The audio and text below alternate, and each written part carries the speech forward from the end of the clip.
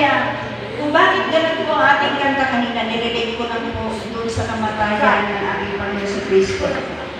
Alam naman po natin sa panahon ngayon, mag-refresh na naman po tayo. Amen. Ang religious Christianity, nung Wednesday, nakita po namin yung iba, meron na po silang abo sa tuo. Okay? Ash Wednesday. Okay? So, praise God. So, yan po ang mundo. Okay? Ano ibig sabihin ng Ash Wednesday? Na inaalala po ng ating mga kaibigan na sila o tayong lahat ay galing po sa alabok. From ash to ash. Ashes to ashes. Amen po ba? Dust to dust. Amen? Yan po sinasabi ng Diyos doon po kay Adan. Amen? Nung siya po'y nilalang, nung siya po'y sumuway, siya po ay naghirap, no? Nagbukal ng lupa. At sabi niya, yamang sa lupa ikaw ay nanggaling, Genesis 3 verse 19, sa lupang alabok ay babalik ka rin. Yan ang katotohanan. Amen po ba? Kung pag-aralan po natin sa ating basic, na binigay ko po sa inyo, basic number 1, na someday, yung ating katawang lupa ay magiging pataba ng halaman. Amen? Magiging pataba na lang po tayo dahil tayo po lahat ay pamamatay.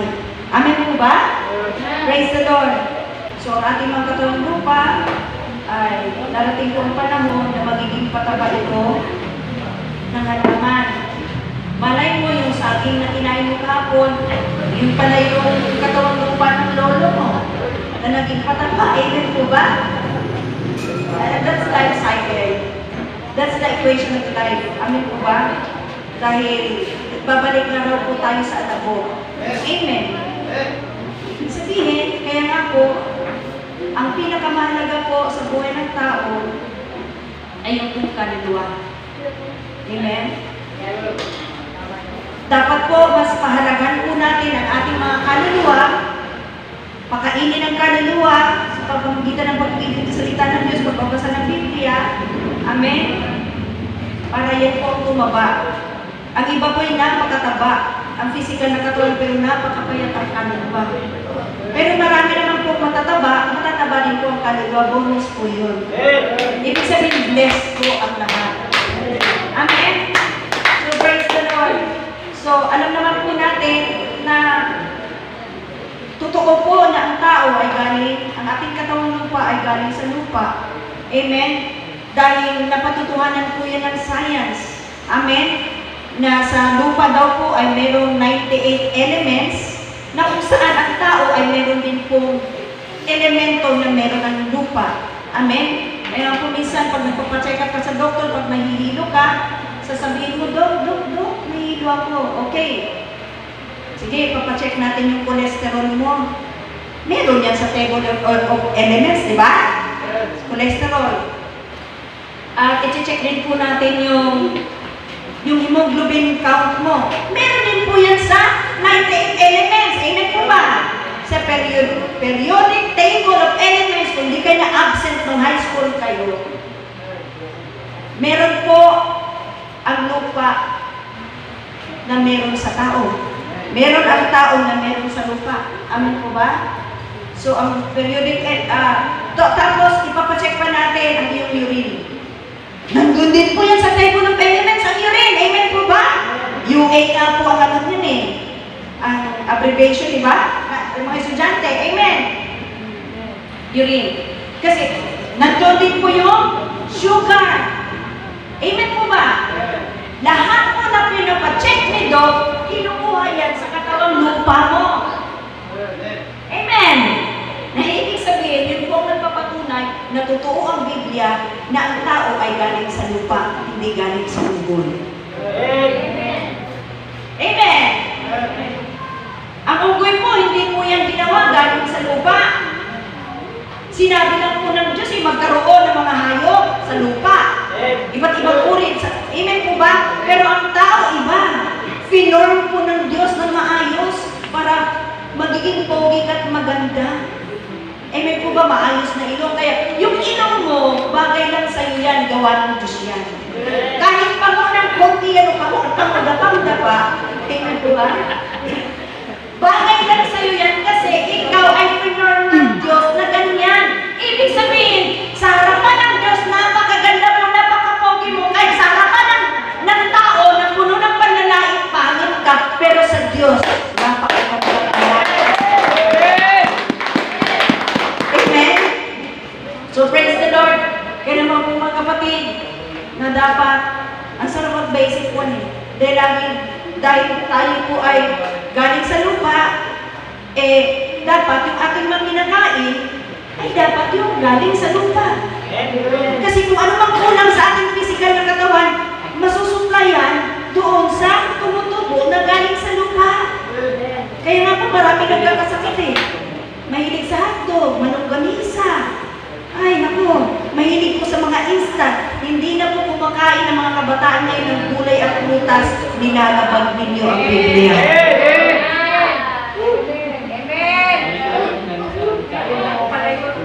Pag kayo nagkasakit, kasalanan niyo, huwag niyo sisihin ng Diyos. Dahil galing tayo sa lupa, kung ano ang meron ng lupa, meron tayo. So, ibig sabihin, pag may kulang sa ating physical na katawan, nagkaroon po ng diferensya, problema mo na yun. Magtiis ka dyan dahil matigas ang ulo mo. Puro ka hotdog, longganisa, ham, sardinas, pork. Yung mga nakakapinsala sa katawan ng binabanatan mo.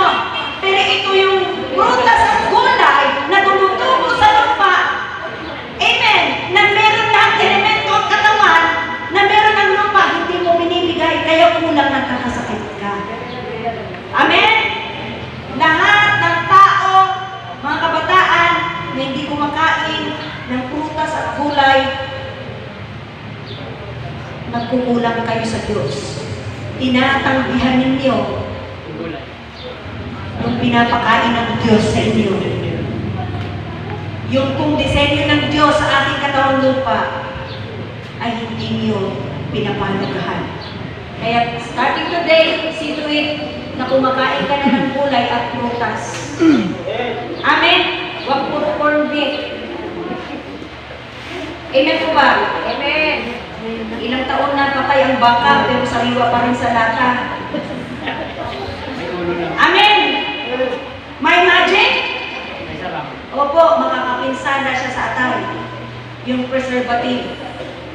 Mga magulang, likisin yung mga anak nyo, pakain nyo yung gulay at prutas. Hindi siya kakain, gutumin mo siya para kumain para masunod ang Biblia. Amen? Panapakan po natin ng Lord.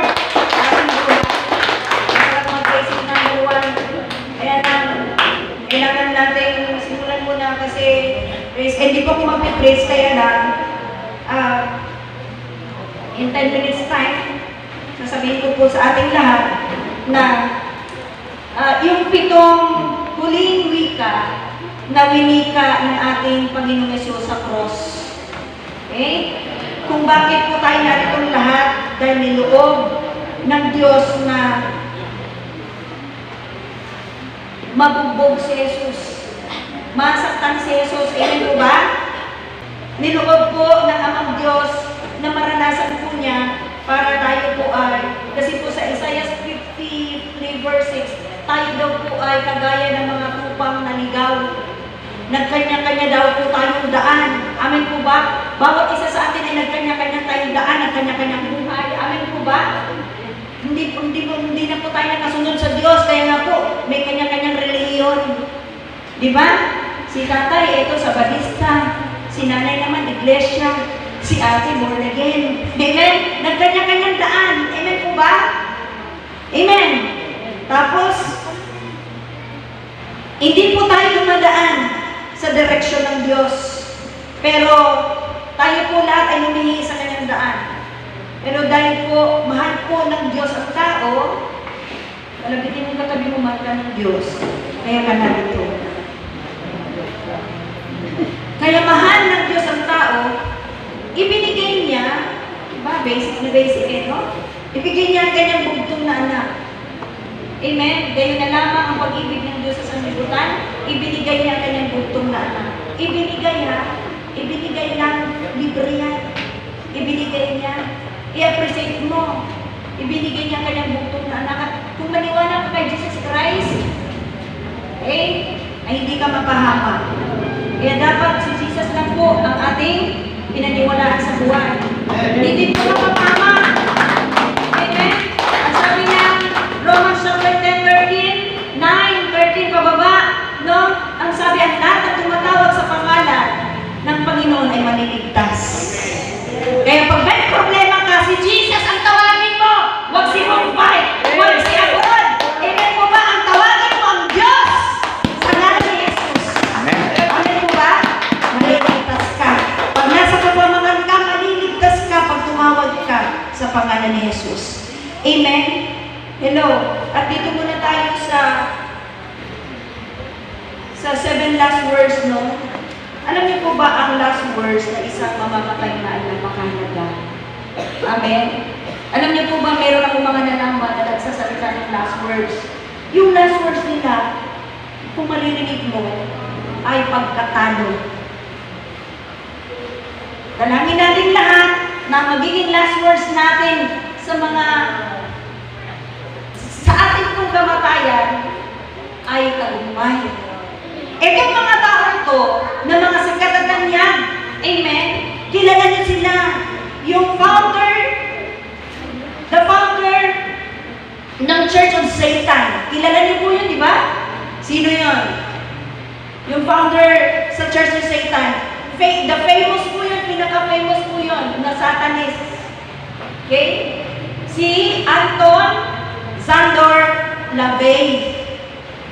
Amen? Alam nyo, sa kanyang deathbed, no, ang kanyang last words, where, ang sabi niya, oh my, what I have done, Satanist ito, what I have done, there's something very wrong. There's something very wrong. There's something very wrong. 3 times po niyang inusan. Kasi nga, Satanist nga po siya, founder po siya ng Satanist Church. Okay? Yan po. Sabi niya may mali. Oh my. Okay? So, ibig sabihin noon, pagkatalo sa buhay. Amen? Mga atheist, hindi naniniwala sa Diyos. May kilala po kayong mga atheist? Isa po dyan si Voltaire. Siya po ipinanganak noong 1194, died 1778. Okay, siya po ay atheist at sinabi niya sa kanyang deathbed, last words, I am abandoned by God and man. I shall go to hell. Oh, Jesus Christ. Kasi nararamdaman nila. Doon kasi mararamdaman ng tao na totoo pala. Totoo pala ang Diyos. Totoo pala ang langit. Nung mamamatay na. Nang mamamatay na ang tao. Pero, huwag tayong ganun. Dapat ngayon pa naman, sa ating buhay na buhay pa tayo, maniniwala na tayo, sumunod na tayo, sumamba na tayo, maglingkod na tayo sa Diyos. Hello! Bago tayo ng last words. Ng tagumpay. Sino pa sa atheist? Si David Hume. Siya ipinanganak noong 1711. Siya po ay namatay noong 1776. An atheist said while dying in utter despair, I am in the flames. Naririnig ito ng mga nagbabantay sa kanya. Ibig sabihin mga kapatid, alam na ng tao kung saan siya pupunta. Habang buhay pa siya, basta doon sa deathbed niya, doon niya nalalaman kung saan siya pupunta. Amen? Kaya dapat po, siguraduhin po natin. At isa pa pong atheist, si Sir Thomas Scott. Siya po ipinanganak noong 1908, namatay po noong 1808. Namatay po siya noong 1878. And ATS said, "Until this moment, I thought there was neither a God nor a hell. Now I feel that there is both, and I am doomed to perdition by the just judgment of the Almighty." See, church, saka na ba tayo mag-reflect kapag nasa deathbed na po tayo? Dapat ngayon pala, unahin na natin ang Diyos. Lagi kong sinasabi na karapatan ng Diyos na unahin siya. Karapatan ng Diyos na mahalin siya. Karapatan ng Diyos na bigyan siya ng pansin sa lahat ng oras at minuto ng ating buhay. Bakit? Siya ang may gawa sa iyo at sa akin. Siya may-ari ng buhay mo. Amen po ba? Alam niyo po ba yung si Jesus Christ, kakaiba ang kanyang last words. Meron pang last words, pero sige, next time ko na lang itutuloy. Amen. Kagaya nung 60 years na nagiging siyang Prime Minister sa London. Kilala niyo po yun? Kilala niyo po yun? Sino? Si Churchill. Si William Churchill, kung hindi ako nagkamali. Ang sabi niya sa last breath niya, ang sabi niya, alam niyo, lahat ng laban, kaya nga 60 years siya nagiging president po siya. No? Prime Minister po siya ng London. Bakit? Magaling siya. Lahat ng labanan na ipanalo niya, magaling siyang mamamahala. 60 years po siya in politics. Prime Minister sa London. Pero nung namatay siya, ang sabi niya, I'm bored with it all. Sikat na siya niyan. Tanyag na siya niyan. Amen? Matalino siya niyan. Ipinanalo niya lahat labanan. Magaling siya mamahala. Amen? Nasa kanya lahat. Prime Minister ka pa naman, syempre nakakain mo lahat ng kasikatan, kalakpak na tanggap mo lahat. Amen! Pero ang sabi niya, I'm bored. Na sa ating pagkaunawa, sa kanya ay boring ang buhay. Amen? Alam niyo po nung minsan, nung kailan, nung namatay si Mama Jo, huwag kayo iiyak. Nung namatay si Mama Jo, meron siyang sinabi. Ano sabi niya? Praise the Lord! Puri ng Diyos! Salamat sa Diyos, di ba? Amen. Ibig sabihin, doon sa kanyang kamatayan, hello, di ba maramdaman na ng tao kung saan siya pupunta? Sinabi niya, praise the Lord! Thank you, Lord! Puri ng Diyos! Yan ang alam ko, naka-record sa puso ko. At alam niyo kung kailan lang, na naginip ako. Nakikita ko si Mama Jo, tahimik siya. Kagaya ng panaginip ni Brother Paul. Pero alam niyo, nung tinawag ko siya sa panaginip ko, nilapitan niya ako, hinalikan niya ako ni Mama Jo. Kinis niya ako. Kinis niya ako. At kayo na po mag-interpret kung bakit ako kinis ni Mama Jo. Ngonawaan niyo. Amen po ba? Kinis niya ako. At ang last words niya, puri ng Diyos, salamat sa Diyos. Amen. Thank you, Lord. Amen. Kagaya nito mga atheists na to, naramdaman nila kung saan sila pupunta. Makapagpuri ba?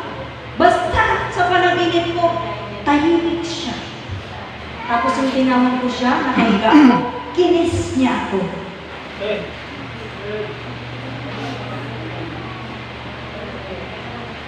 Kinis niya ako. Kayo na mag-interpret bakit niya ako kinis. Para